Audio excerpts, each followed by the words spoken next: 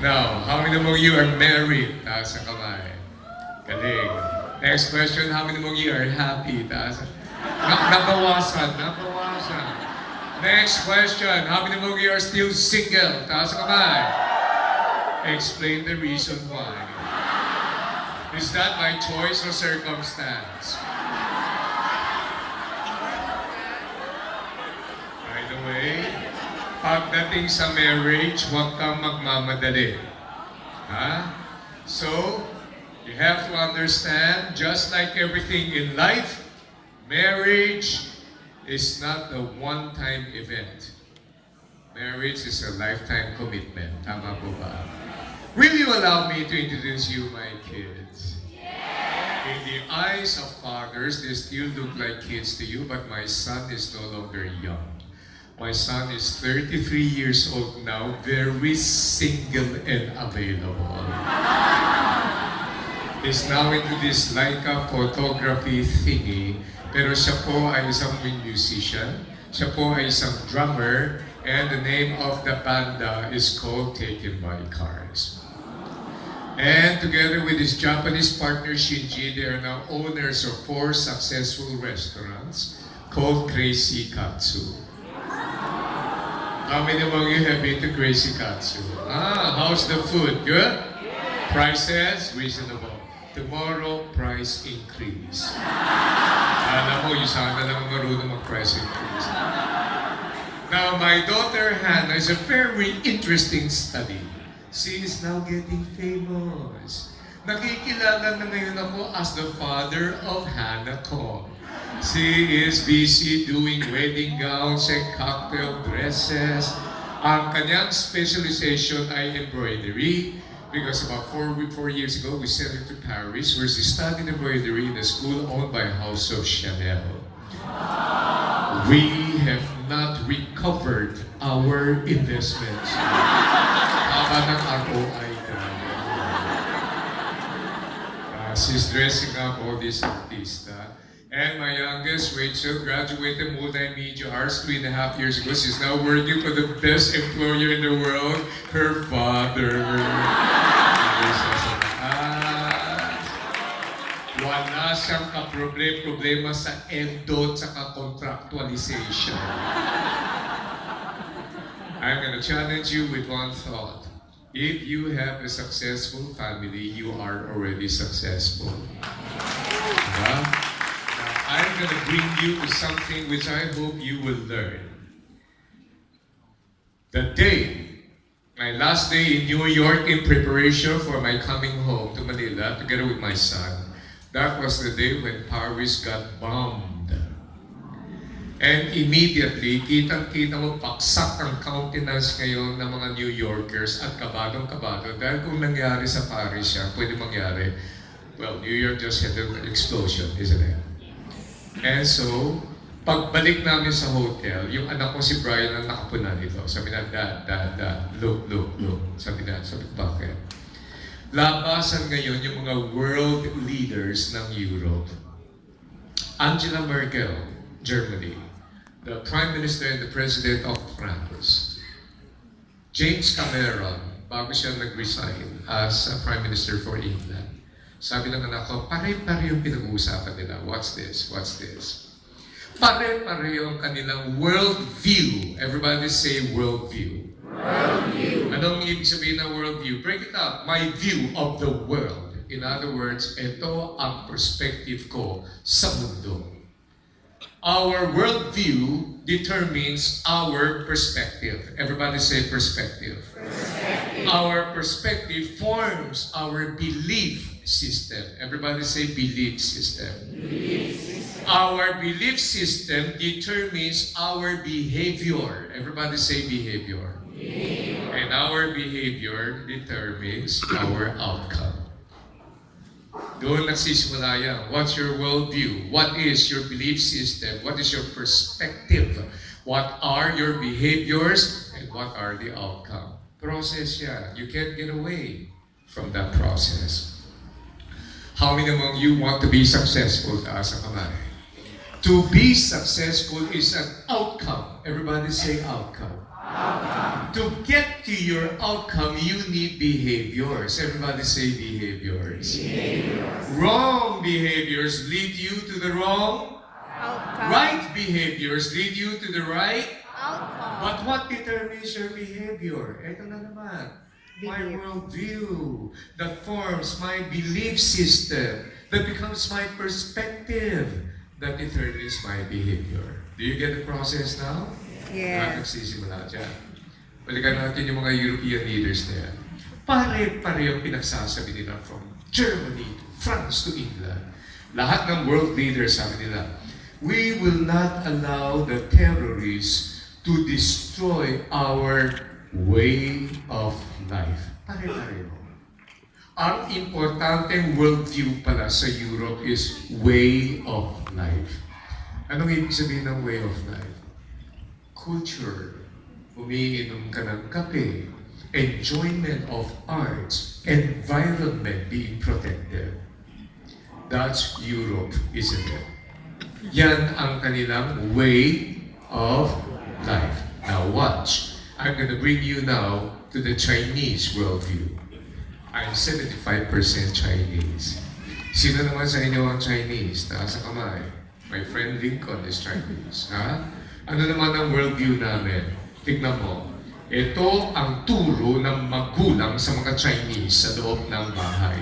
Anak, ang pinakamahalagang matuto sa buhay ay gumawa ng pera. Tama ka? Hindi tayo papayag na yung mga terorista na yan ay makakasagabal sa ating negosyo. Worldview is business. Worldview is making money. Tingnan mo na, sino mga Chinese rito? Kasi naman. Liars, go to hell. Sino? Awas. Yun ang turo ng mga magulang. Ang pinakamahalaga, gumawa ng pera. Pagkatapos nagtataka yung magulang, buhay pa naman kami, bakit pinag-aagawan yung mana? Nangyayari ba? Ay, yan ang worldview yun ang turo Ito naman, ang worldview at turo ng mga magulang in Filipino homes. Can I share this with you? Simple things. Anak, dalawang klaseng tao lamang dito sa mundo.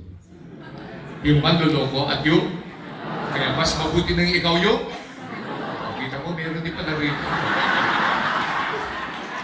Ang nagtataka ngayon ng mga magulang kung bakit sila yung niloloko habang lumalaki. Kung ano ang turo, yun ang mag-form ng kanilang worldview.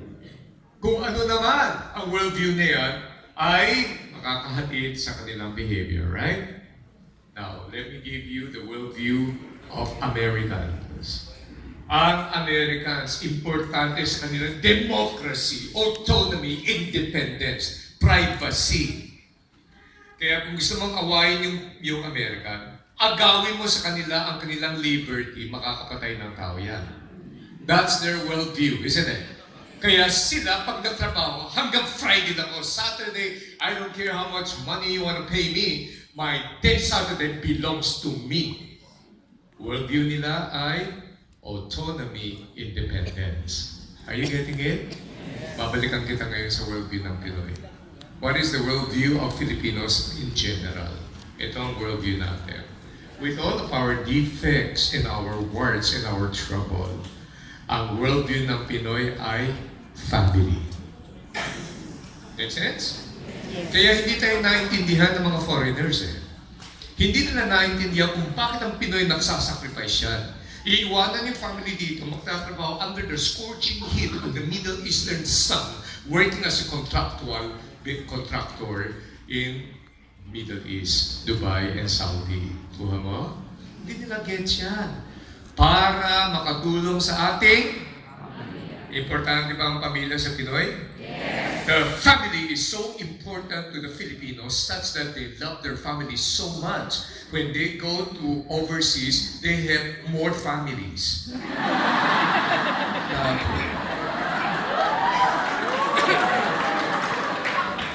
Alabo, di ba? Tama naman ang worldview, mali ang behaviors. And that's why I don't care how much money they make, pagbalik nila rito, mas malaking problema, sira pa yung pamilya. And this is the reason why tonight, what I'm going to share with you has everything to do with your personal worldview. Kumusta ba ang belief system mo? Kumusta ba ang perspective mo? How many among you are less than 1 year with Usana? Taas ang kamay. Less than 5 years, taas ang kamay. Guess what?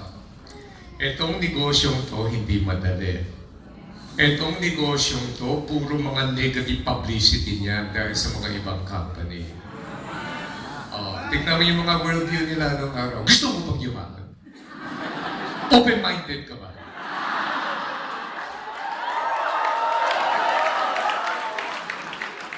Gusto mo ba magkaroon ng Ferrari? Tanong, isip, aanhin mo yung Ferrari sa EDSA? Hindi nag-iisip. Next question. How many among you have been in love?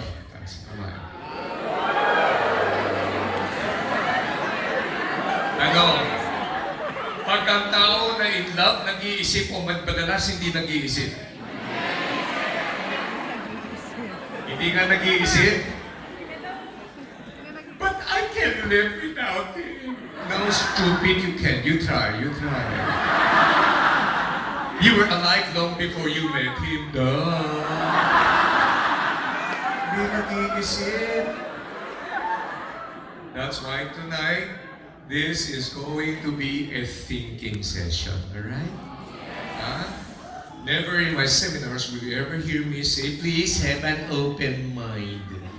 I don't want you to have an open mind. Because if your minds are too open, your brains will fall out.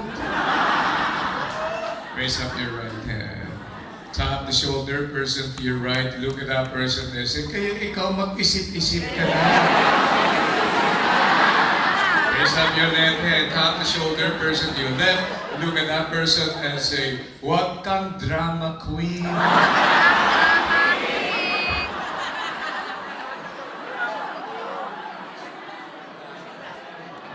I'm going to talk to you about the right perspectives for success.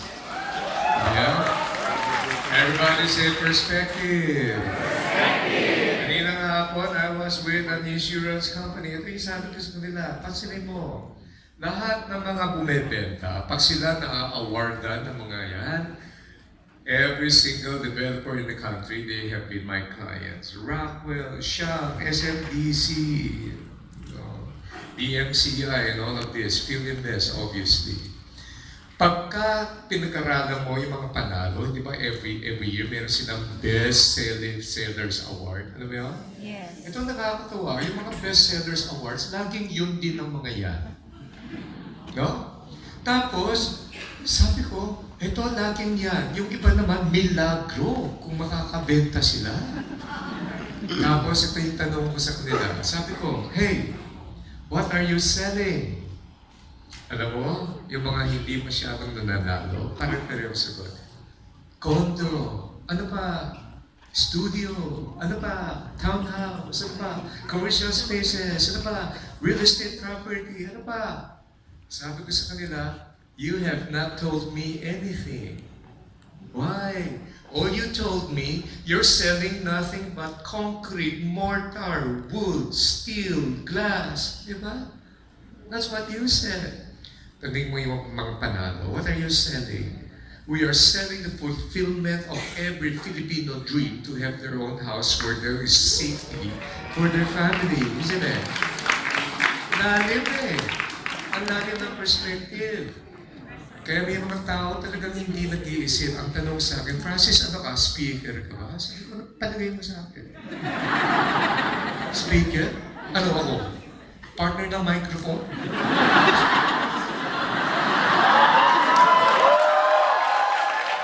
Next question.